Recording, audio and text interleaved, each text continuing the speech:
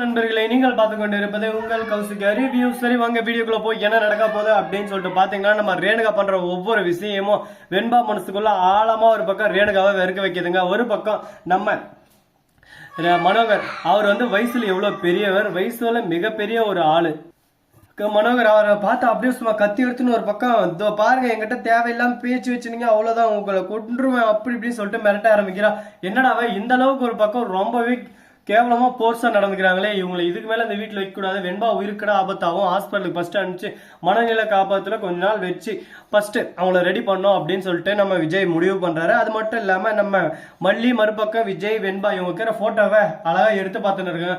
திடீர்னு கதுவா வெண்பா திறக்கிறதும் அப்படியே சும்மா கீழே போட்டுறாங்க. நம்ம ரேணுக்கு அந்த போட்டோவை உடனே கோவம் வருது பாருங்க வெண்பாவுக்கு. உடனே டாடா கூட்டு, என்ன டாடா இதெல்லாம், இவங்க இந்த அம்மா எனக்கு வேணவே வேணாம், அந்த அம்மாவை ஃபர்ஸ்ட் இந்த வீட்டை விட்டு அனுப்புங்க, இவங்க எப்ப பார்த்தாலும் ஏதானோ ஒண்ணு பண்ணிட்டே இருக்காங்க, எல்லாருக்கும் ரொம்ப கஷ்டமா இருக்கு, ஹாஸ்பிட்டலுக்கு அனுப்பிச்சு உங்களை ஃபர்ஸ்ட் சரி பண்ணுங்க, ஃபர்ஸ்ட் இந்த ரேணுகா அம்மாவே இல்ல அப்படின்னு சொல்லிட்டு வெண்பா ரொம்ப கோவப்பட ஆரம்பிக்கிறா. வெண்பா சொல்றது ஒரு விஷயத்துல லாஜிக் உண்மைதாங்க. ஏன்னா மனோரே கத்தியால குத்த போனவங்க திடீர்னு வெண்பா பொருள் எதனா எடுத்து வெண்பா தட்டி கேட்க போய் வெண்பாவே கொத்தறதுக்கு வாய்ப்பு இருக்கு. ஏன்னா வெண்பா சின்ன பொண்ணு, அவளுக்கு பக்குவம் இருக்காது. அதனால இவங்களும் அதே போலதான். அதனால அடிதடியா இதெல்லாம் ஒன்று ஆயிட்டா என்ன பண்ண முடியும், ஒண்ணுமே பண்ண முடியாது அப்படின்னு சொல்லிட்டு மருத்துவமனையில கண்டிப்பா இவங்களை அட்மிட் பண்ணி ஆகணும்னு சொல்லிட்டு ஒரு முடிவு எடுக்கிறாங்க.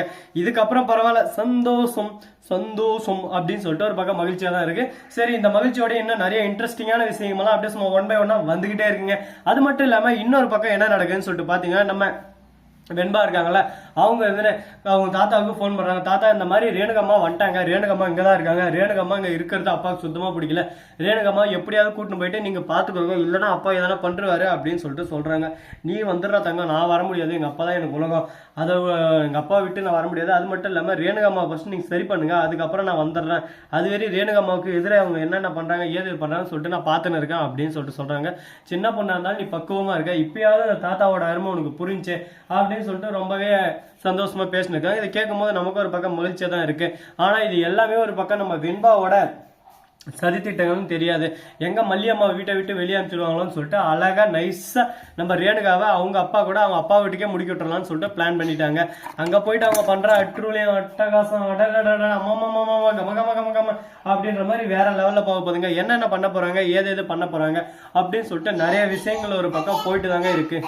எது பண்றது என்ன பண்றதுன்னு சொல்லிட்டு தெரியாம ஒரு பக்கம் ரேணுகா இருந்தா நம்ம நிஷா இருக்காங்களா, அவங்க போய் தூங்க போறாங்க. அந்த சமயத்துல இதுங்க நான் தான் படுப்பேன், நான் தான் படுப்பேன் ரேணுகா சொல்ல, நிஷா அப்படியே சண்டை ஆறுது. ஒரு பக்கம் நிஷாவை பட்டுன்னு ஒரு அடி உடனே பாக்கணுமே, குட்டு குட்டு குட்டுன்னு கதிரேசன் ஓடி வந்து பார்த்தா நம்ம நிஷா இருக்காங்களா, அவங்க மூலையில ஒந்துன்னு இருக்காங்க. ஐயோ என்னடா இது, இந்த அளவுக்கு ஒரு பக்கம் பிரச்சனையெல்லாம் போயிட்டு இருக்குங்க. இது மொத்தத்தையும் எப்படி சால்வ் பண்ண போறோம்னு சொல்லிட்டு தெரியல.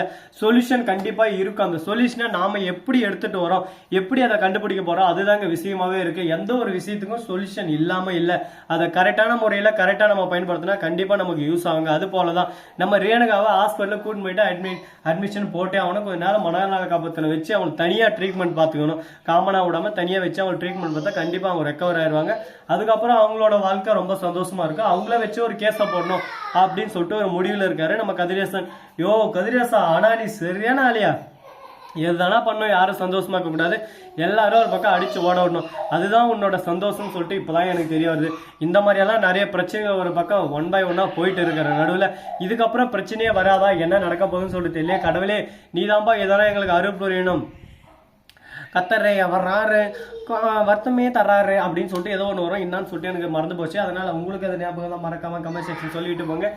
இது மாதிரி எல்லாம் ஒரு பக்கம் போயிட்டு இருந்தாலும் அதே சமயத்தில் மறுபக்கம் என்ன நடக்குதுன்னு சொல்லிட்டு பார்த்தீங்கன்னா, நம்ம மல்லி இருக்காங்களா, அவங்க இருந்தா என்ன வேணும்பா, ஏன் இந்த மாதிரி பண்ண, உங்க அம்மா ரொம்ப நாள் கழிச்சு வந்தாங்க, நீ அப்ப நீங்க யாரு, நீங்க தான் எனக்கு அம்மா, உங்களை கஷ்டப்படுத்துற மாதிரி யார் வந்தாலும் நான் ஏத்துக்க மாட்டேன், என்னைக்கு உங்களே என்னையே அப்பா பிரிக்கிறதுக்கு குறுக்க யார் வந்தாலும் ஏத்துக்க மாட்டேன், அது யாரானா இருக்கட்டும் அப்படின்னு சொல்லிட்டு ஒரே வார்த்தை சொல்லிடுறாங்க. என்னடா இது இப்படி சொல்லிச்சு, சின்ன குழந்தைக்குள்ள இவ்வளோ கஷ்டமா இவ்வளோ மனவேதனை, ஐயோ ஐயோ ஐயோ வெண்பா தங்கமயிலே அப்படின்ற மாதிரி தான் ஒரு பக்கம் போயின்னு இருக்கு. இதுக்கப்புறம் சரி ஓகே, அவங்க விஷயத்தில் நம்ம தலையிட முடியாது, அவங்கவுங்க பிரச்சனை அவங்கவுங்க கையில் இருக்கு, நாம இங்கே ஒன்றும் பண்ண முடியாது இல்லை, அதனால பேசவும் முடியாது, ஓடவும் முடியாது, ஒளியவும் முடியாது அப்படின்ற மாதிரி தான் ஒரு பக்கம் போயின்னு இருக்கு.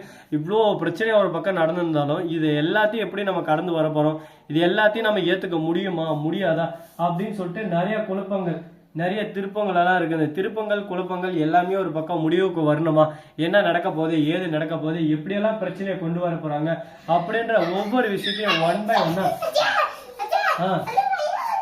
நடு வரேன். யார் வந்துக்கிறது? பையனா?